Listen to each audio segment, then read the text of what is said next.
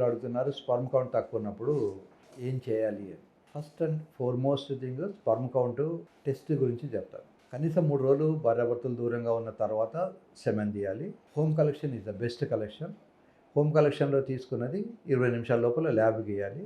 కొన్ని ల్యాబులలో రిసెప్షనిస్టులు చాలా కర్సరీగా ఉంటారు. సెమెన్ వచ్చింది అక్కడ పెట్టిపో అంటారు. అలా కాకుండా దాన్ని ఇమీడియట్గా ఎవరైతే టెస్ట్ చేస్తారో వాళ్ళకు పంపించమని చెప్పాలి. వాళ్ళు ఇమీడియట్గా దాన్ని తీసుకొని మైక్రోస్కోప్ కింద పెట్టుకొని చూడాలి అది లిక్విఫైడ్ అయిందా లేదా. ఒక్కోసారి సెమీ సాలిడ్ జెల్లీ లాగా ఉంటుంది, అది మళ్ళీ ఫ్లూయిడ్ లాగా అయితేనే వాళ్ళు టెస్ట్ చేస్తారు. బై ఛాన్స్ ఒకవేళ లిక్విఫాక్షన్ టైం ఎక్కువ తీసుకుంటే వాళ్ళు దాన్ని కొన్ని మెథడ్స్లో చుట్టూ ఉన్నటువంటి యాక్టివ్ ఫైబర్స్ని బ్రేక్ చేసి తీసుకొని వాళ్ళు చేస్తారు. సో అవి చూసిన తర్వాత వాళ్ళకు రిపోర్ట్ ఇస్తారు. చాలా ల్యాబ్స్లో ఫ్రక్టోజ్ అనేది ల్యాబ్ రిపోర్ట్ రాదు.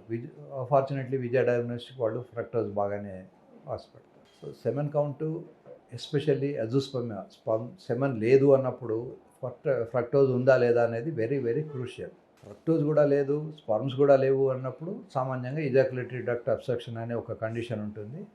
దాన్ని చిన్న సర్జరీ ద్వారా కుట్లు లేకుండా భగవంతుడి చిన్న న్యాచురల్ హోల్ నుంచే దాన్ని కట్ చేసి ఓపెన్ చేసి సెమెన్ చేయొచ్చు. నాకు ఒక పేషెంట్కు ఆ సర్జరీ అయిన తర్వాత 2 పిల్లలు కూడా పుట్టారు.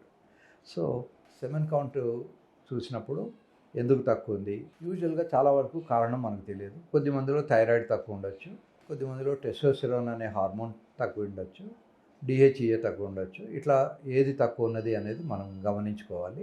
దానికి సరైన ట్రీట్మెంట్ ఇస్తే కొద్దిపాటి వస్తుంది. యూజువల్గా మగవాళ్ళ scrotum is highly sensitive to temperature. మీరు వేడి నీళ్ళు స్నానం చేయండి, కిందికి వేలాడబడతాయి బాల్స్. చల్లటి నీళ్ళు స్నానం చేయండి, పైకి మూవ్ అవుతాయి. శరీరంలో ఏ భాగం కూడా కదలిక లేదు. ఫర్ ఎగ్జాంపుల్ ముక్కు మీద మీరు వేడి నీళ్ళు పోసినా అంతే ఉంటుంది, చల్లటి నీళ్ళు పోసినా అంతే ఉంటుంది. కానీ స్క్రోటం అలా కాదు. వేడి నీళ్ళు పోసినప్పుడు అది కిందికి వేలాడుతుంది. ఎందుకు వేలాడుతుంది అంటే భగవంతుడి సృష్టిలో ఈ టెస్టికల్స్ బాల్స్కి మగవాళ్ళకు ఉన్నదానికి ఈక్వల్గా ఓవరీస్ అని ఉంటాయి. అవి ఆడవాళ్ళ కడుపులో ఉంటాయి. అవేమీ కదలవు. వాటికి టెంపరేచర్ ఎక్కువ ఉన్నా కూడా అవి విత్స్టాండ్ కాగలవు. కానీ ఈ టెస్టికల్స్ మాత్రం టెంపరేచర్ సెన్సిటివ్, బాడీ టెంపరేచర్ కన్నా ఎప్పుడు తక్కువ ఉండాలి. అందుకోసం అది వేలాడతాయి. ఫర్ ఎగ్జాంపుల్ మీరు ఒక హాట్ రైస్ ప్లేట్లో పెట్టుకున్నారనుకోండి, వెంటనే తినాలనుకుంటే దాన్ని ఒక స్పూన్తో మనం స్ప్రెడ్ చేస్తాం. స్ప్రెడ్ చేసినప్పుడు అది చల్లారుతుంది.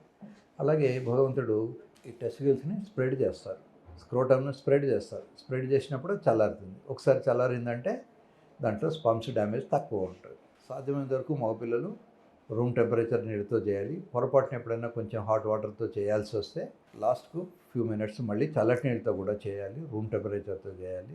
ఆడపిల్లలు వేడి నీళ్ళు చేసినా నష్టం లేదు, కానీ మగపిల్లలు మాత్రం సాధ్యమైనంత తక్కువ వేడి చేయాలి. సానా బాత్ లాంటివి అసలు చేయకూడదు, స్టీమ్ బాత్ అంటారు, అట్లాంటివి అసలు చేయకూడదు. So room temperature is the best temperature. Or కొంచెం చల్లగా ఉన్నా నష్టం ఏమీ లేదు. కొద్దిమందికి థైరాయిడ్ అనే ఒక వ్యాధి ఉంటుంది. ఆ థైరాయిడ్ ఉన్న వాళ్ళకు కోల్డ్ ఇంటాలరెన్స్ అంటారు. వాళ్ళు ఏమాత్రం చలిని తట్టుకోలేరు. అట్లాంటి వాళ్ళు ఉంటే కొద్దిపాటి గోరువెచ్చని నీళ్ళతో స్నానం చేసినా పర్వాలేదు. కానీ లాస్ట్ ఫ్యూ మినిట్స్ కనీసం స్క్రోటం మీదనైనా 4 మగ్గుల నీళ్లు పోసుకోవాలి. అయితే లైఫ్ స్టైల్ అనేది వెరీ ఇంపార్టెంట్ స్పర్మ్ కౌంట్కి.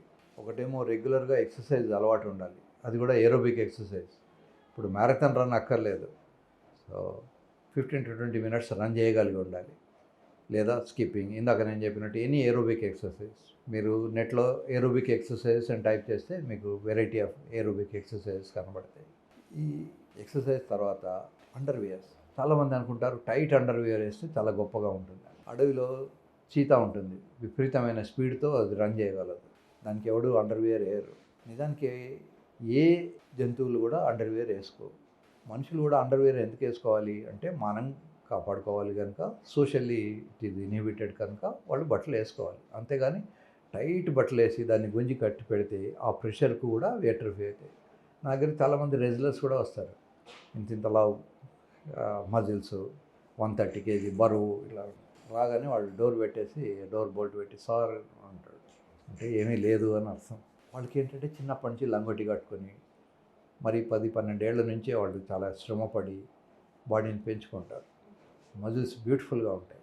దురదృష్టవశాత్తు ఆ హై ప్రెషర్ వల్ల టెస్టికల్స్ సరిగా గ్రో కాక సెక్స్లో కూడా ఇబ్బంది పడుతుంటారు. సో ఒకటేమో ఎక్సర్సైజ్, 2 బట్టల గురించి చెప్పారు, 3 సైక్లింగ్ కానీ హార్స్ రైడింగ్ కానీ ఉంటే మానేయాలి. హార్స్ రైడింగ్లో ఏమిటంటే ప్రెషర్ పడుతుంది. ఆ ప్రెషర్కు ఫ్రీక్వెంట్గా టచ్ అయిపోయి దాని నుంచి రావాల్సినటువంటి హార్మోన్స్ అవన్నీ సరిగా రావు. ఇది చాలా ఏళ్ళ కిందనే కొన్ని కంట్రీస్లో అబ్జర్వ్ చేశారు.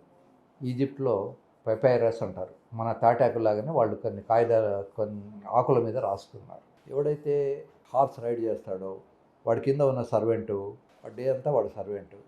ఈ హార్స్ మీద రైడ్ చేసిన గొప్ప వ్యక్తి అమీర్ నైట్ కల్లా వాడు సెక్స్ చేయలేకపోతే వాడి సర్వెంట్నే పిలిచి మరి నువ్వు సెక్స్ చేయరా అనేవాడు. So this problem should not అక్కర్. కనుక హార్స్ రైడింగ్, సైక్లింగ్ మానేయాలి. 2 వీలర్ నడుపుకోవచ్చు, నష్టం లేదు. 2 వీలర్స్ కూడా కొన్ని స్పెషల్ వెహికల్స్ ఉంటాయి. ఎప్పుడైనా బ్రేక్ వేస్తే అది స్క్రోటం వెళ్ళి దానికి తగులుతుంది. నాకు పేషెంట్లు చెప్తారు, సార్ పల్సర్ ఏదో అట్లాంటి పేరు ఒకటి ఉంది సార్, దాని మీద వెళ్ళినప్పుడు నాకు చాలా ఇబ్బంది అవుతుంది. బ్రేక్ వేసినప్పుడు స్క్రోటం వెళ్ళి ముందు వైపు ఆ సీటుకు తగలకూడదు. సీట్ మస్ట్ బి ఫ్లాట్గా ఉండాలి. కొద్దిమంది సీట్లకి ఇలా మన గుర్ర మీద వేసే జీన్ లాగా ఇలా ఉంటుంది. అట్లాంటి వాటికి వాళ్ళ ప్రమాదం ఉంటుంది. సో ఎక్సర్సైజ్ చేయాలి, వేడి నీళ్ళు స్నానం చేయకూడదు, టైట్ అండర్వేర్ వేసుకోకూడదు. ఇంటికి రాగానే అండర్వేర్ తీసేసి లూజ్ పైజామా కానీ లుంగి కానీ వేసుకోవాలి. టైం దొరికినప్పుడల్లా ఒక ప్లాస్టిక్ కవర్లో ఐస్ ముక్కలు వేసుకొని తొడల మీద కానీ బాల్స్ మీద కానీ పెట్టుకోవాలి. ఇకపోతే ఏం తినాలి అని, తిండితో పెద్ద ఇంపార్టెన్స్ లేదు, అయినా కూడా కొన్ని చెప్తారు. ఫర్ ఎగ్జాంపుల్ నట్స్ తినచ్చు, బాదము, పల్లీలు కూడా. బాదం అఫోర్డ్ చేయలేని వాళ్ళు పల్లీలు తినచ్చు. పల్లీలలో ముఖ్యంగా పైన ఉన్నటువంటి రెడ్ కలర్ లేయర్ ఉంటుంది, దాంట్లో చాలా మంచి ప్రోటీన్స్ ఉంటాయి. పల్లీలను నానబెట్టుకొని తినచ్చు. దానిమ్మ పళ్ళు కూడా చాలా ఉపయోగకరంగా ఉంటాయి. దానిమ్మ పళ్ళల్లో టెస్టోస్టెరాన్కి కావాల్సినటువంటి హార్మోన్కి కావాల్సినటువంటి స్టిమ్యులస్ దొరుకుతుంది. So fresh vegetables, fresh fruits, especially దానిమ్మ పళ్ళు, తర్వాత రకరకాల ఇంటర్నైట్స్. ఫుడ్ కన్నా కూడా మోర్ ఇంపార్టెంట్ ఎక్సర్సైజ్. మీరు గమనించే ఉంటారు, బీదవాళ్ళకి చాలామంది పిల్లలు ఉంటారు, మొదలే బీదవాళ్ళు, దానికి తోడు పిల్లలు కూడా ఎక్కువ. ఎందుకు అంటే వాడికి రిలాక్స్ అవ్వడానికి డబ్బు ఉండదు. ఈ కాలంలో ఒకసారి సినిమా హాల్కి వెళ్తే కూడా 1000 రూపాయలు అవుతున్నాయి. సో ఫ్యామిలీతో వెళ్తే 1500, 2000 దాకా అవుతుంది.